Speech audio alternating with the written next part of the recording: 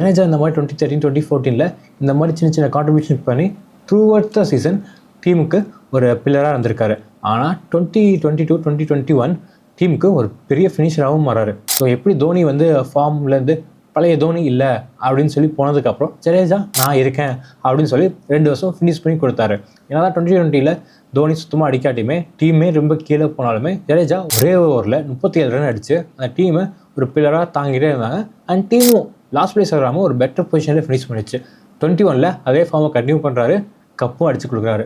So 2022 captaincy வந்து ஒரு captaincy திரும்ப சேஞ்ச் பண்ணி ஒரு அப்படி இப்படின்னு போய் திரும்ப டோர்னமெண்ட் பாதியிலேயே அவனுக்கு கேப்டன்சி வேண்டாம் அப்படின்னு சொல்லி கேப்டன்சியை பிடுங்கி ஜடேஜாவை பெஞ்ச் பண்ணாலுமே திரும்ப 23 டீமுக்குன்னு வரும்போது again he came back.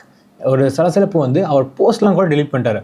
So அந்த அளவுக்கு அவர் வெக்ஸில் இருந்தாலுமே வென் தோனி கேம் நீ எங்களுக்கு டீமுக்கு வேணும் அப்படின்னு சொல்லும்போது திரும்ப ஒரு கம்பேக் கொடுத்து ஒரு நார்மல் பிளேயராக மட்டும் இல்லாமல் 20 விக்கெட்ஸ் எடுத்து கொடுத்துருக்காரு. ஒரு ஆல்ரவுண்டராக 20 விக்கெட்ஸ் எடுத்து கொடுக்குறது அந்த டீமுக்கு வந்து எவ்வளோ ஒரு பக்கபலம் தெரியுமா. So that's what made CSK strong team in 2023. அது மட்டும் பார்த்தாது, ஃபைனலில் அவர் தான் அடிச்சும் கொடுத்தாரு.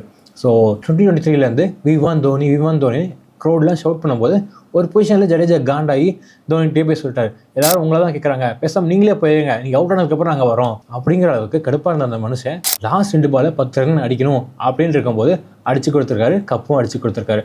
ஸோ 24-25 டீம் அந்தளவுக்கு பெர்ஃபார்ம் பண்ணாட்டியும் அவரோட கான்ட்ரிபியூஷன் தொடர்ந்து கொடுத்துட்டே இருந்திருக்காரு.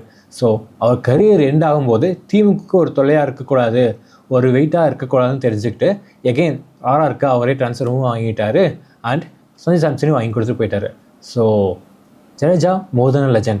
So CSK should be grateful for whatever Jadeja have did.